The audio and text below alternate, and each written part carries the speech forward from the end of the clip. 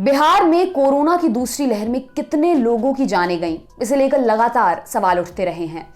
अब बिहार के स्वास्थ्य विभाग ने खुद ही असलियत बताई है। माना कि मौतों के आंकड़े बताने में उनसे गलती हुई। डोनेट कार्ड और वॉइस ऑफ स्लम जुड़कर दिल्ली और नोएडा के स्लम्स में गरीबों को फ्री ऑक्सीजन सप्लाईज प्रोवाइड करने का प्रयास कर रहे हैं। डिस्क्रिप्शन में दिए हुए लिंक पर जाकर डोनेट कार्ड पे अभी डोनेट करें। इन गरीब परिवारों का सहारा बने। विभाग के अपर मुख्य सचिव प्रत्यय अमृत ने कहा कि अब तक मौतों की जो संख्या 5,458 बताई गई थी वो सही नहीं है। असली आंकड़ा 9,375 है। इस बदलाव के बाद कोरोना के मरने वालों की आधिकारिक संख्या में करीब 58% की बढ़ोतरी हो गई है। हाईकोर्ट की फटकार के बाद जागी थी सरकार। राज्य की नीतीश कुमार सरकार ने कोरोना से मौतों की सही संख्या का पता लगाने के लिए 18 मई को जांच कराने का ऐलान किया था। इसके लिए 2 तरह की टीमें बनाई गई थी। जिलेवार जांच हुई। ये कवायद पटना हाईकोर्ट की कड़ी फटकार के बाद शुरू की गई। चीफ जस्टिस की बेंच ने सरकार को सभी सोर्स से कोरोना मौतों की संख्या वेरीफाई करके रिपोर्ट पेश करने को कहा था। गंगा में लाशें बहने के मामले की सुनवाई के दौरान कोर्ट का एक कड़ा रुख उस समय सामने आया जब मौतों को लेकर 2 एफिडेविट में अलग अलग आंकड़े बताए गए थे। बिहार के चीफ सेक्रेटरी ने कोर्ट में दावा किया कि बक्सर में 1 मार्च 2021 से अब तक सिर्फ 6 लोगों की मौत कोरोना से हुई है। वहीं पटना के डिविजनल कमिश्नर का यह कहना था कि बक्सर के मुक्तिधाम में ही 5 मई से 14 मई के बीच 789 लोगों का अंतिम संस्कार हुआ है। हाईकोर्ट के निर्देश पर हुई जांच के बाद अब बड़े पैमाने पर ये अनियमितताएं सामने आई हैं। जानते हैं मौतें बढ़ने के पीछे क्या वजहें बताई गईं। स्वास्थ्य विभाग के अपर मुख्य सचिव ने बुधवार 9 जून को इस बारे में प्रेस कॉन्फ्रेंस की। इंडिया टुडे के उत्कर्ष सिंह की रिपोर्ट के अनुसार इस दौरान प्रत्यय अमृत ने कोरोना से मौतों का नया आंकड़ा देते हुए इसकी कई वजहें भी गिनाई। उन्होंने कहा कि कई लोगों की मौत होम आइसोलेशन में हो गई थी। काफी लोग संक्रमित होने के बाद दूसरे जिलों में चले गए जहां उनकी मौत हुई।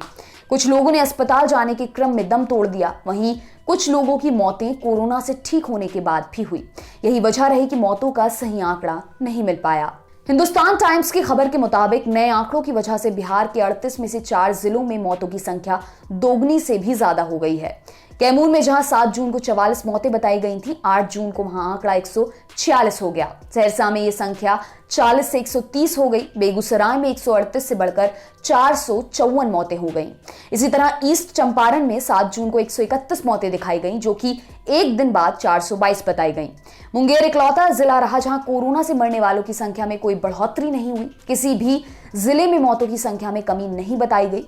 राजधानी पटना की अगर हम बात करें तो वहां मरने वालों की आधिकारिक संख्या एक ही दिन में 1223 से बढ़कर 2293 तक पहुंच गई। स्वास्थ्य विभाग के अपर मुख्य सचिव ने यह माना कि कोरोना से मौतों के आंकड़े जुटाने में काफी असंवेदनशीलता बरती गई। उन्होंने लापरवाही बरतने वालों पर कार्रवाई की बात भी कही, लेकिन अब तक कितने लोगों पर कार्रवाई हुई, इस सवाल पर चुप्पी साध ली। स्वास्थ्य विभाग ने कोरोना से मरने वालों के आधिकारिक आंकड़े बढ़ा तो दिए हैं, लेकिन अनुमान है कि असल संख्या इससे भी कहीं ज्यादा हो सकती है। दावे किए जा रहे हैं कि ग्रामीण इलाकों में ऐसे अनगिनत लोगों की मौत हुई है जिनमें कोरोना के लक्षण तो थे, लेकिन उनकी कोविड जांच नहीं हो पाई। इस वजह से वो लोग सरकारी आंकड़ों में जगह नहीं बना पाए। अब देखना यह है कि क्या कभी बिहार में कोरोना से मौतों का सही आंकड़ा सामने आ पाएगा या नहीं। देश के आंकड़ों पर भी दिखा असर। बिहार में कोरोना से मौतों की संख्या बढ़ने का असर देश के आंकड़ों पर भी दिखाई दिया।